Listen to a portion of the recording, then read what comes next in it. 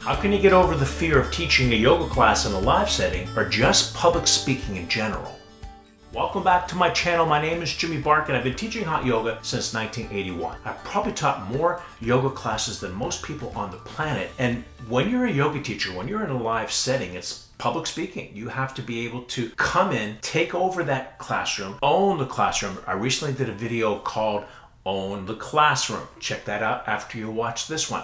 Your students are going to want you to come into that classroom and take over with confidence, with control, and if they see you are not confident, they see you're hesitant, they see you're nervous, they see that you might have a fear of public speaking, you're not going to be an effective yoga teacher. So how can we get over this hurdle of nervousness, of self-consciousness? I think that's one of the things that I do best, is helping you get over that hurdle. So here's the first thing you can do, and this is one of my favorite sayings. Fortune favors the prepared. You've got to prepare. You just can't walk into the classroom having looked at your script, or what my teacher Bikram calls the dialogue, one time and then or two times, and think it's just gonna happen to you naturally. Now, sometimes they'll have you memorize words in a teacher training program. I don't. The way I was taught back in 1980, we had to calculate our own words. Sometimes it's a little more difficult in the beginning. But the thing is, it's not going to come to you by the grace of God when you're standing in that classroom trying to figure out how to say and how to calculate a sentence. So what you have to do is practice, not just study it. I mean, that's the first part. You have to study it, but you have to practice it and rehearse it out loud so that the words become automatic. You have to say it over and over and over again. So when you're in the classroom and you do have a situation where you become self-conscious and nervous, the words are now automatic. So you don't have to go and start to think about what it is that you have to say or how to say it.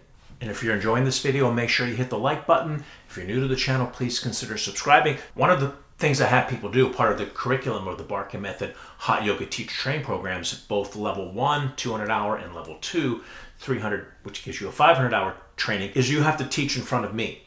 Or you have to, if you're doing it online, you have to make a video and send it to me. You don't think that's going to make you nervous. It's a very nerve-wracking situation, especially if I'm right there in the room with you. But I like that because it's going to prepare you for when you go out into that classroom. If you teach your first class, you don't think that's going to make you nervous? Or all of a sudden you have 35, 40 people in a class and you've only been used to teaching 4 or 5, you don't think that's going to make you nervous? So I'm preparing you for these conditions. Many times nowadays, yoga teachers in studios will have you audition at the studio to see if they're going to hire you. You don't think that's going to make you nervous, so I'm preparing you for that.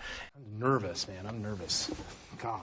And what we do is we build your confidence, break down that nervousness, self-consciousness. One of the things you can think about, it's not about you, it's about them. Many people come to my teacher training programs and they have this, and they might be on the shy side or more introverted, and sometimes it's hard to hear them. So sometimes I'll have them actually go outside of the yoga room and teach from the hallway or teach from out in the outside alleyway, and I'll say, excuse me, I can't hear you. Your voice must cut through the room. So here's the second tip, projection.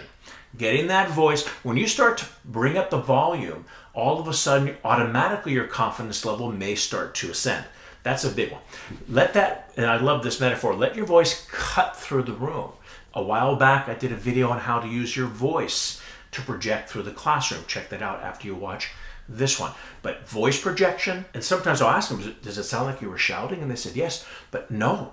But for us, for me and for the people that were watching, all of a sudden there was this connection because their voice was now cutting through and connecting to their words. The throat and the heart chakra now start to connect. Diaphragmatic breathing, projecting the voice. I had a woman from another country, and in this country the women are sort of on the shyer side. I'm not going to tell you what country it is because I don't want to be politically incorrect, but I had a tough time hearing her speak. So I had her go out into the hallway, and I did help her get to that level of bringing the volume up, but it still was very difficult for her to get that projection out. She was just too shy. She went back to her country, auditioned to become a yoga teacher. She didn't get the audition. So you have to work with me. You have to also think, and I tell people, I'm not your critic. And if you do choose to take my teacher training program, I tell people this, I'm not your critic, I'm your coach. And a great metaphor is Tiger Woods. Over the years, Tiger Woods would go to different swing coaches. He would go to different teachers to teach him how to play better. Now here's Tiger Woods, arguably the greatest golfer, the GOAT of all time, except for possibly Jack Nicklaus.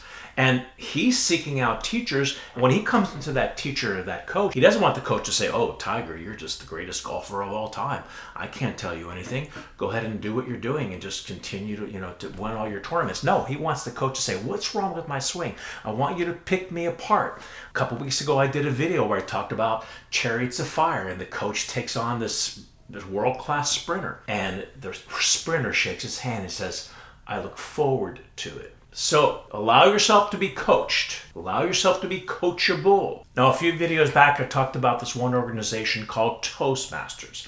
You can join it. They usually have Toastmasters in pretty much most major cities in the United States. And what you do is you go to Toastmasters and speak in public. So you would go to a meeting and everyone would take a turn having a presentation, for example.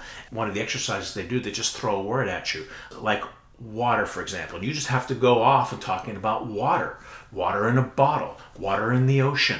I know I used to live by the ocean, and the water, not being a Pisces, the water has invigorated me. It nourishes my soul, being close to the water, not necessarily being in it all the time, but watching it. So that's just an example. You have to go right to whatever the word is. Like I'm looking at this ring light. The ring light is now the new thing in YouTube, or the new thing in making content for Instagram and Facebook, and it gives you this extra lighting. So all of a sudden you just have to go instantly into that word. So that prepares you to get those words out, to speak in public, to not be afraid to get the words out and to present yourself and show up, to exaggerate your uniqueness and demonstrate that and communicate that to the classroom, because nobody can copy you. Nobody can imitate you. And that's your individuality, and that's what you want to. You can use another teacher and emulate that teacher, but you definitely don't want to copy them. You want to find your own style and your own way, your own uniqueness. Now, some styles of yoga, you do the class with them, especially in a vinyasa format.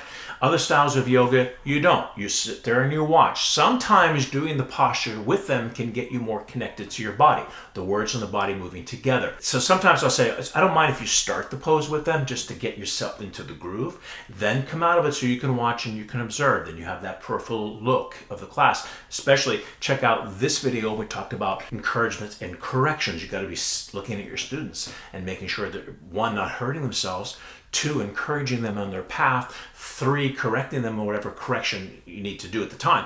But if you're doing the posture with them, you're in sort of a tunnel, you're not going to be able to be peripheral and make the difference. So I don't mind if you start, but eventually the words and your movement begin to connect. What you're saying and how you're saying it and the way you're moving your body become one. So movement and the words, you want to think about having that connection. Sometimes people will hold on to their arms in front, they'll hold on to their arms behind, they hold on to their body because they're nervous. You want to just relax, let go of those arms, start to walk a little bit, or maybe stand your ground. Sometimes I'll have people stand still, some people will have people walk, so you get the movement and the words working together. And the last tip sounds a little bit controversial. Think about this. This is my own saying.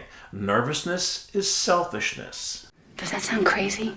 Meaning, if you're nervous, you're self-conscious, you don't really want to project those words, then you're thinking about yourself. How am I doing? Do they like me? Am I connected to the classroom? So it's not about you, it's about them. Put the focus on your students, put the focus off of yourself onto your students, and now you don't have to worry about the self-consciousness. And then maybe if you're going to record a video for me to look at so I can give you coaching later, we can look at it afterwards. But while you're in the moment, look at the students, put your attention on them. That makes all the difference. Get it off yourself. Nervousness is selfishness.